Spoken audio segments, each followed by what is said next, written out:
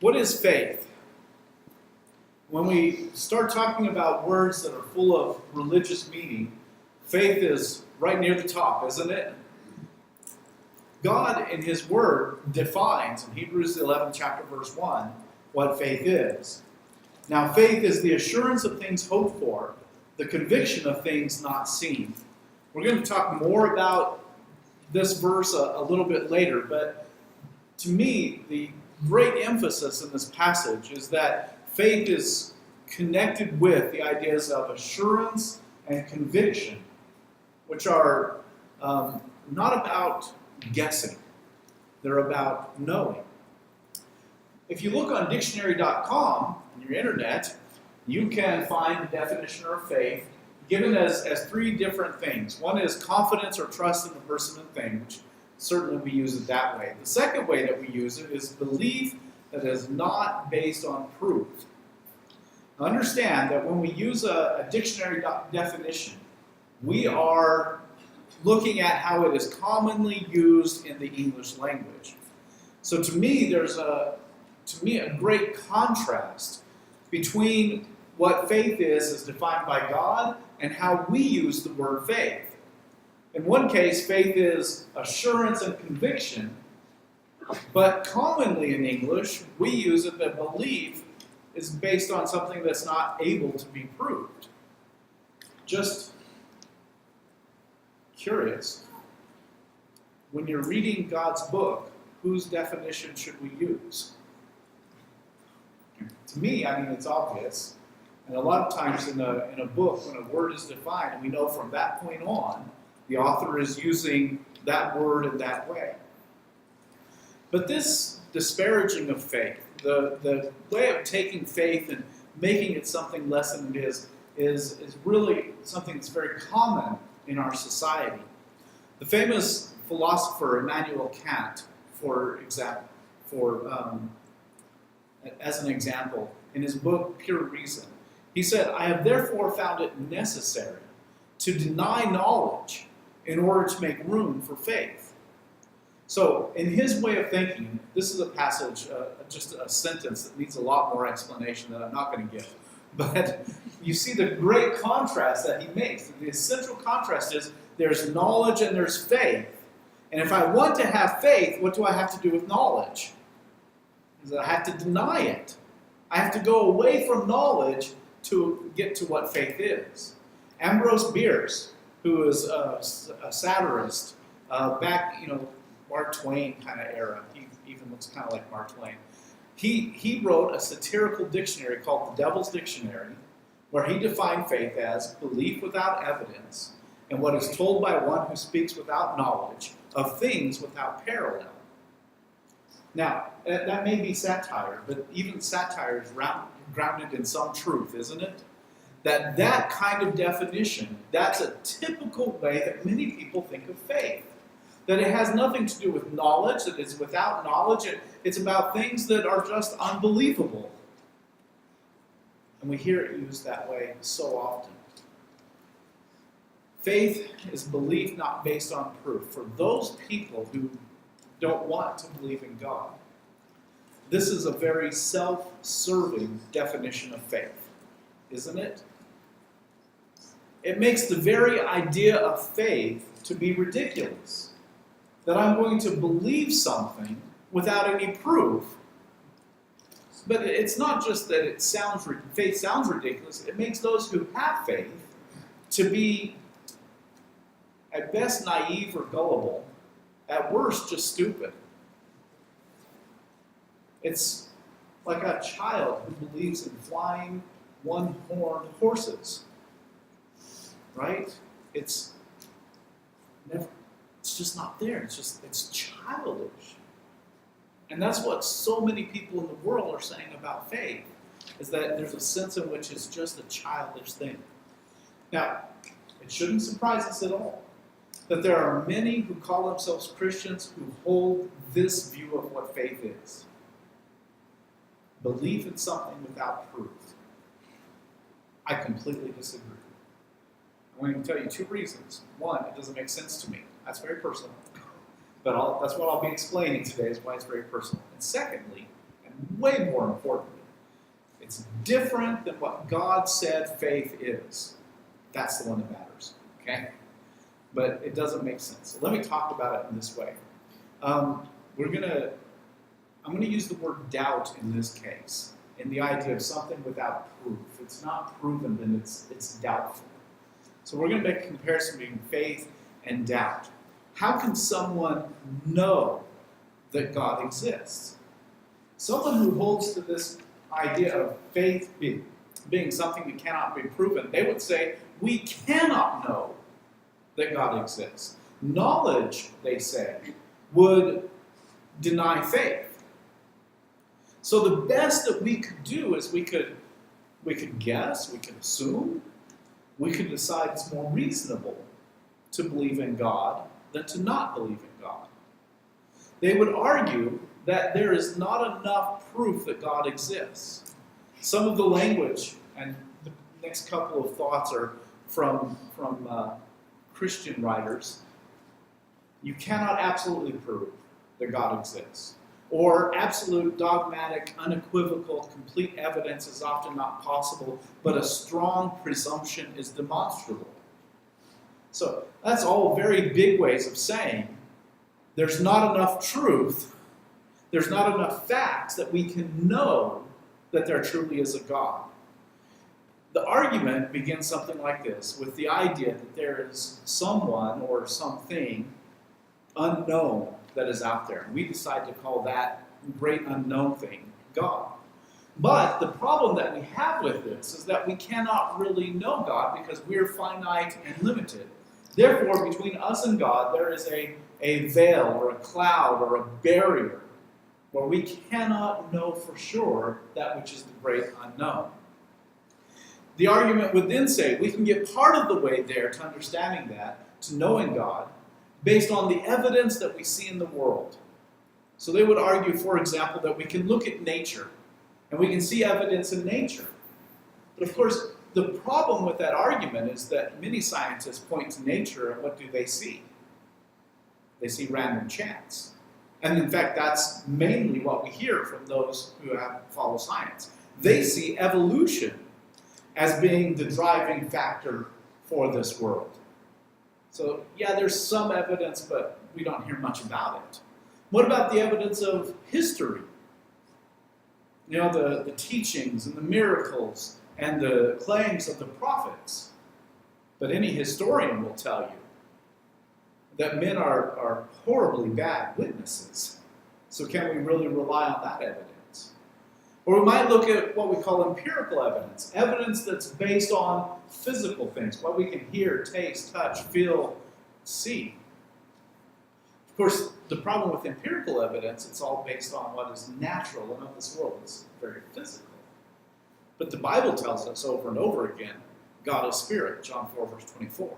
So from the natural world, you can't get that. You can't get the empirical from that. For those who think we cannot know there is a God then, all this evidence that they point to is like a crumbling edifice, isn't it? It's not just limited, it's inadequate to get us to the point that we know that there's a God. So the next step we have to take is we have to follow after reason. So if we're going to know that there is a God, we have this evidence, which we don't put much faith in, and there's this reason then is our next step. So we develop these arguments about why we believe that there must be something or someone greater than us. We have names for the arguments, and philosophers have, delved into these. The problem with our reasoning on these things is that men, human, are notoriously good at thinking differently than one another. And that if I don't agree with your argument, not only do I disagree with you, but I will tear your argument apart because I disagree with it. We love disagreeing with each other. So even if with reason, we can't get all the way there, can't we? So there's still that cloud. We shouldn't be surprised. In 1 Corinthians, the writer in 1 Corinthians, the first chapter, said this. 1 Corinthians 1, verse 20.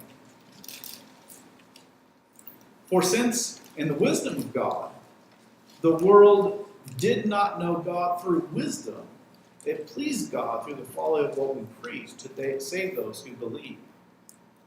The world didn't know God through wisdom. That is, by our own reasoning, we can't fully come to this understanding that God exists. And that's what we see over and over again in the world. So, evidence gets us part way, but it's not great. Reason gets us part way, but it's also not great.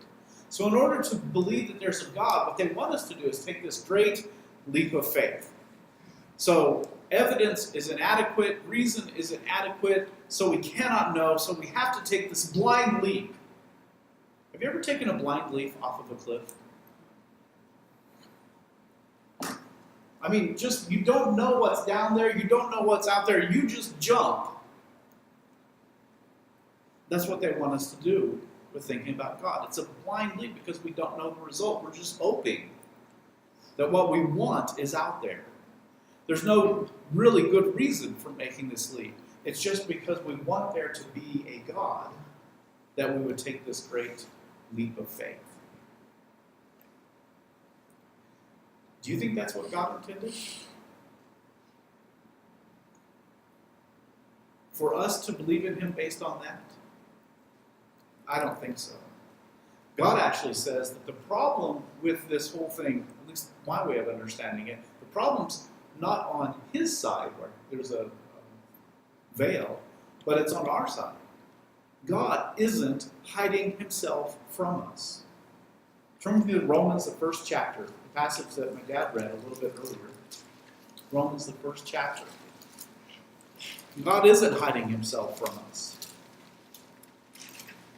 I want you to notice, first of all, in Romans, the first chapter, and verse 18, before we get to the passage up on the screen, Romans 1 and verse 18. So, for the wrath of God is revealed from heaven against all ungodliness and unrighteousness of men, who by their unrighteousness suppress the truth. I'm going to suggest to you, at the root of this way of thinking, that we cannot know there is a God, is the suppression of truth in the evidence and in the reason.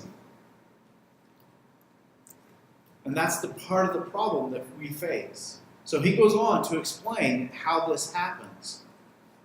He says in verse 21, "For although they knew God, they did not honor Him as God or give thanks to Him.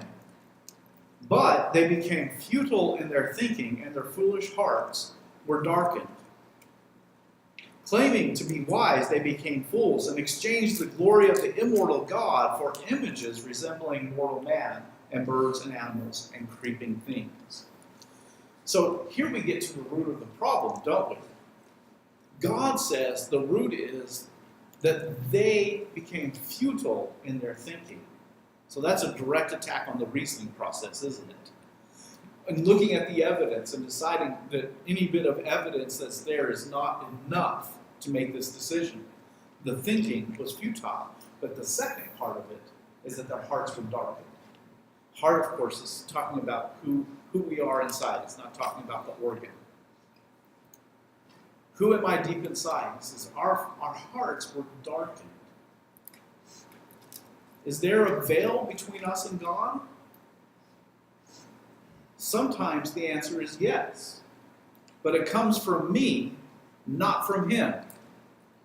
My thinking can become futile. It is my thoughts that can be darkened in the way that I think about Him. So I shut off myself from God. That is a great, great danger. And in doing so, he goes on to say that they don't honor God, they don't give thanks to God, so they've completely turned away from Him. I want to suggest to you that if you look at the Scriptures, you can see very clearly that faith and doubt are incompatible terms.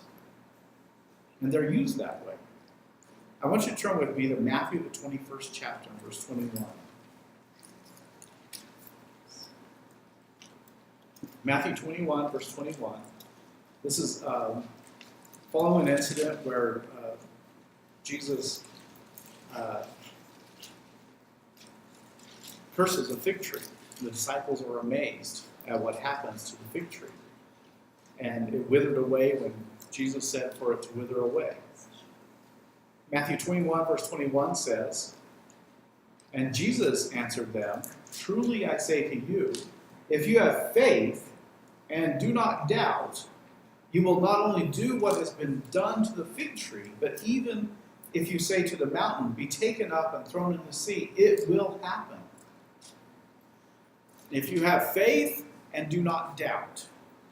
Now, in my lesson, I hope you understand that I'm using faith in a very specific way.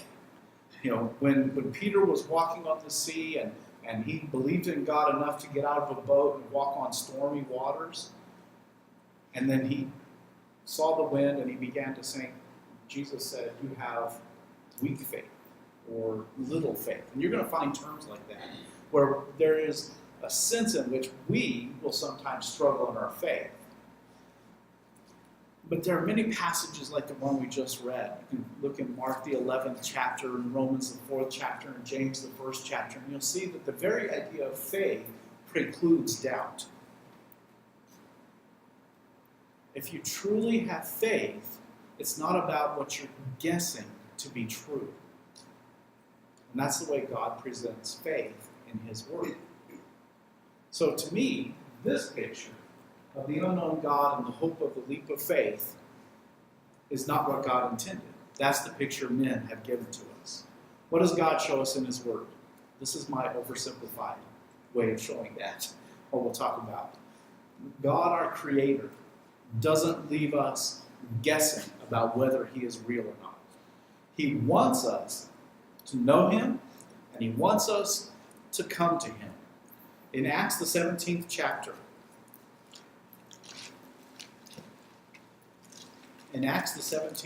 we can see this when Paul goes to talk to some philosophers in the city of Athens. And there in the city of Athens, a city that's known for its many gods, he found the altar that was to an unknown God. And he said to these philosophers, "I'm going to tell you about this unknown God. I'm going to make known to you the unknown God." Isn't that a great concept? And that fits in exactly with what we're dealing with here. So when he describes this God to them, he contrasts the true God with all the gods that they believe in. He says, beginning in verse 23, "For as I passed along and observed the object of your worship, I found also an altar with this inscription, 'To the unknown God.' What therefore you worship as unknown, this I proclaim to you.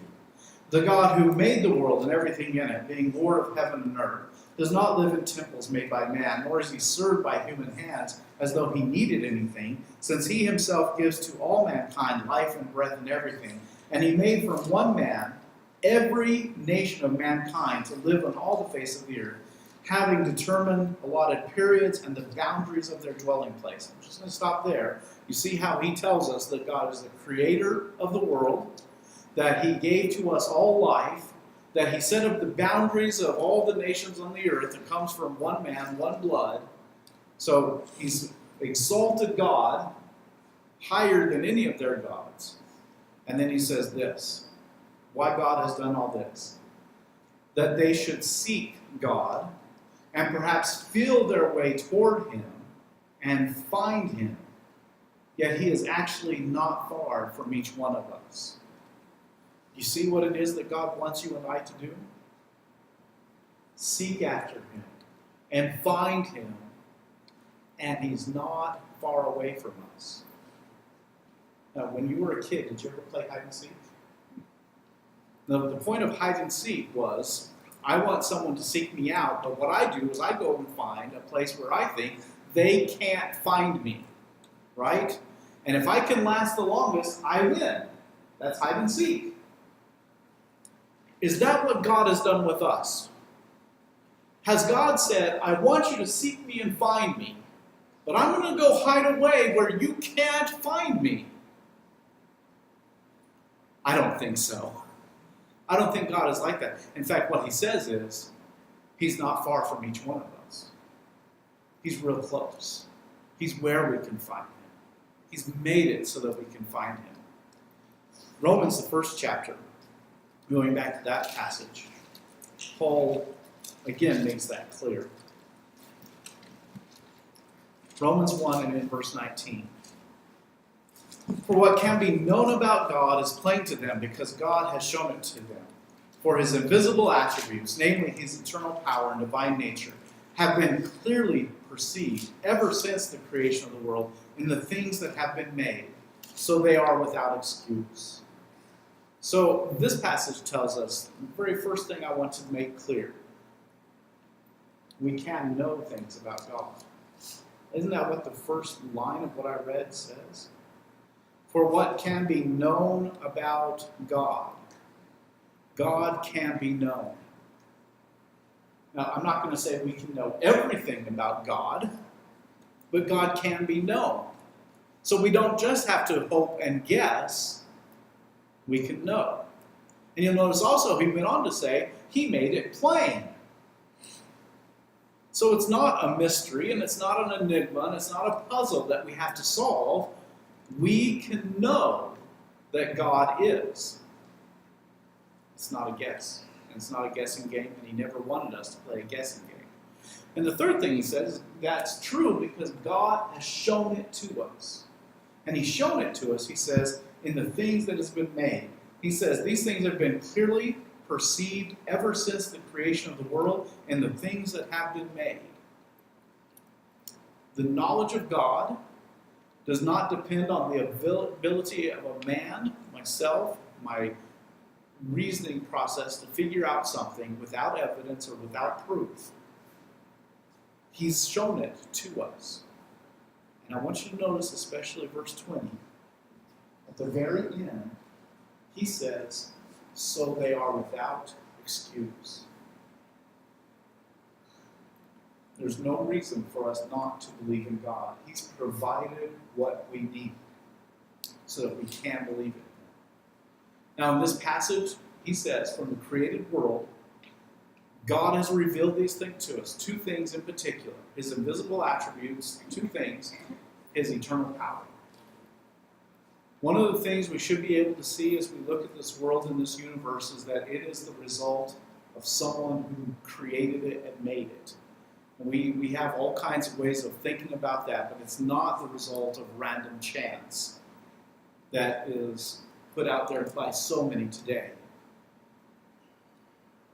If you look at the world, do you see it with the awe and the wonder that is there? So, I feel bad about this little confession, but this morning I went on Facebook, and I was doing stuff for the church thing. Join us for church, okay? And join us on Facebook. But there's a video that caught my attention about this fish in the sea. And the male fish, to catch the female's attention, makes this elaborate pattern in the sand where he moves it away. And I mean, the only tools he has is his own body. And he takes a week to make this pattern that you would love to have on the floor of your kitchen or something like that. I mean, it's elaborate and it's beautiful just to get the attention. It takes him a week, and he constantly has to change it and work on it because the sea currents are constantly changing the sand. And all this to get the attention of a girl. I guess most of us know about that, but it's worth the effort. Does that just happen by chance? That an animal comes up with a way of making these kind of designs? Those are the kinds of things that over and over again, as I look at the world, I go, that's incredible. I think the clip was from BBC World or something like that. So, I mean, it was just saying that this is an incredible thing that we look at. This world was created by a power that is greater than anything that we know. We cannot conceive of, and physicists try to understand the smallest of the particles, and not just particles, but what's inside the particles, what brings them together. And we spend not just time and effort, but we spend lots of money trying to understand these littlest things. And if you go to the other end, we have the astronomers who are looking out into cosmology, trying to understand universes and galaxies and all the things that are going on. And in all of it, in that whole spectrum, there's so much that we can't understand. And we think it happened by chance or because God did it. The second thing that we can see from this is God's divine nature. Divine nature, and actually we'll be studying this in our class this afternoon if you want to come back. Divine nature just means of the nature of being God. That it could not have been done. This world is created. It could not have been done by a man or animal or any other created being. Only one who is eternal and wise could have made all of these things. The complexity of the world is too great for any human mind to have conceived. It took divine nature, not human nature, to make these things. Clearly, this type of revelation of God is limited in scope. We can't know everything about God from what He created, but He expects us, just for those two things, looking at the things that He's shown us, He says, you should be able to figure out, every one of us should be able to figure out, He is powerful and He is God. And you're without excuse if you deny that, because He's shown it to you. God has also given us, though, more than that. He's also given us the truth through His Word. So that not only do we have the creation to look at, but we have God revealing to us His own mind. In John, the 8th chapter, this is what Jesus said.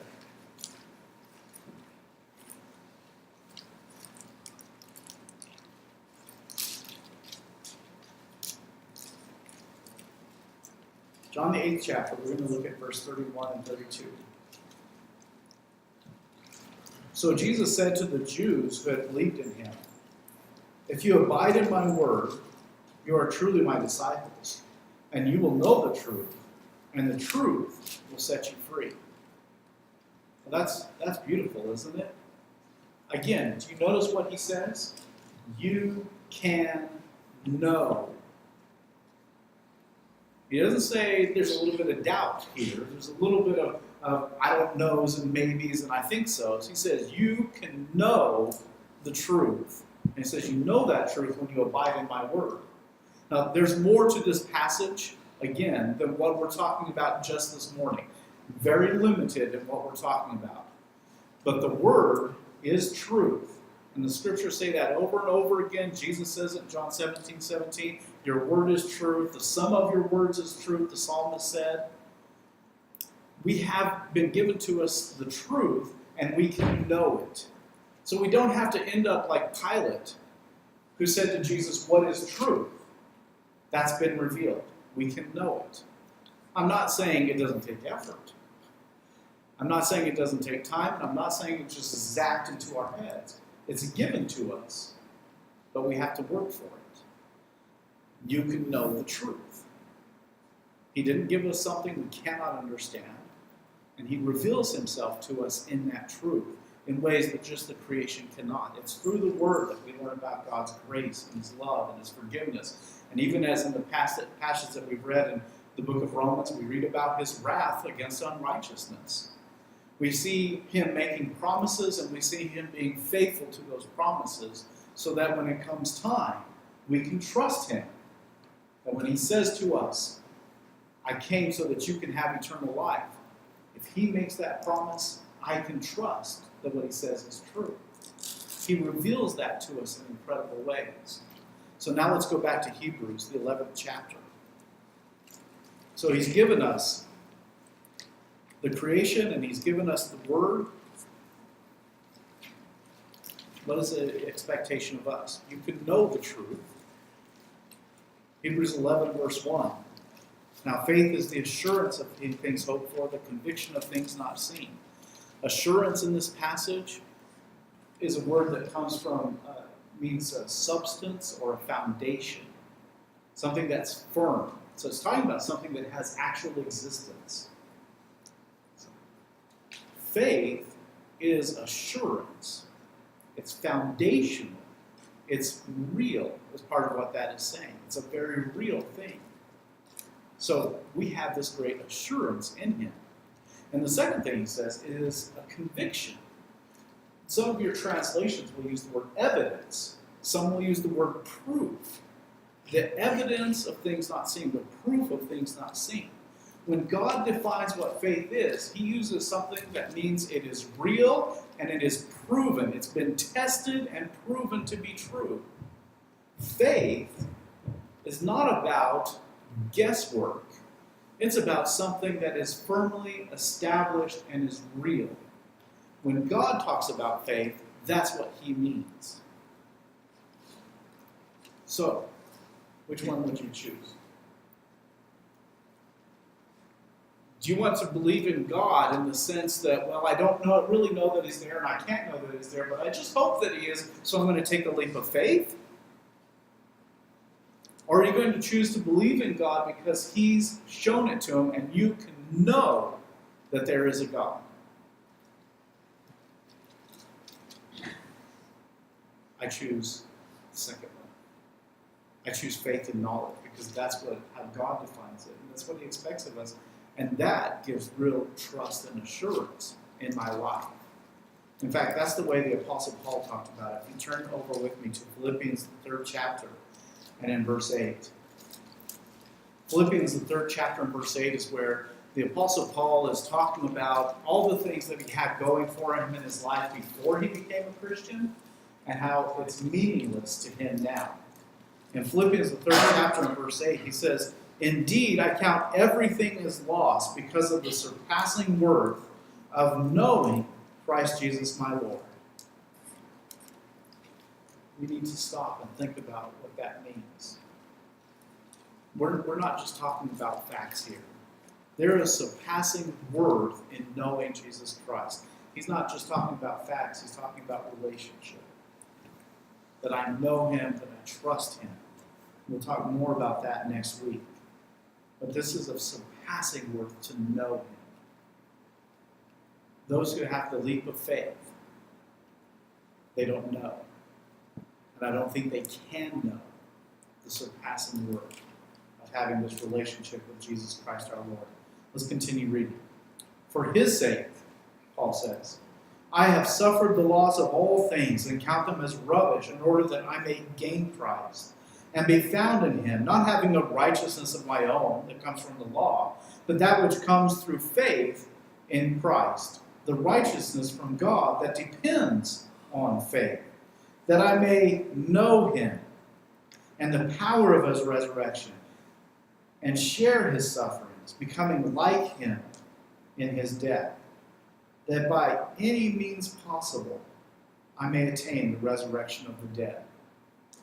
When we talk about having faith in God, it's not just about knowing him, but it's looking for what's going to happen to my soul. What happens after I die? And Paul says the surpassing worth of knowing Jesus Christ is that I know that I can attain resurrection. I can be with him after I die. Will you make that choice today? Have true faith in him. If you have faith in him, the kind we're talking about this morning, that you know who he is. Repent of your sins and be baptized, and you can have the same hope. We hope you'll make that choice to be reconciled with him this morning. If you have that desire, come forward as we stand and sing.